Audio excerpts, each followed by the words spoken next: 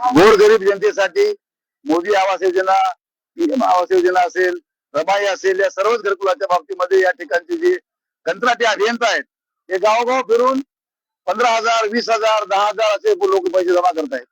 आणि ही पैसे सगळी रक्कम जोपर्यंत बीडीओला पोहोचणार नाही तोपर्यंत ते बिल डीएससी मार्फत टाकल्या जात नाही. आता आम्ही भ्रमण त्यांना संपर्क साधला, त्यांना विचारलं बाबा तुम्ही साहेब पैसे का नाहीत?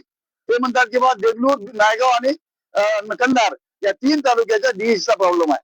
हे काही बीडीओ नवीन नाहीत, त्याची डीएससी अप्रूव्ह झालेली आहे.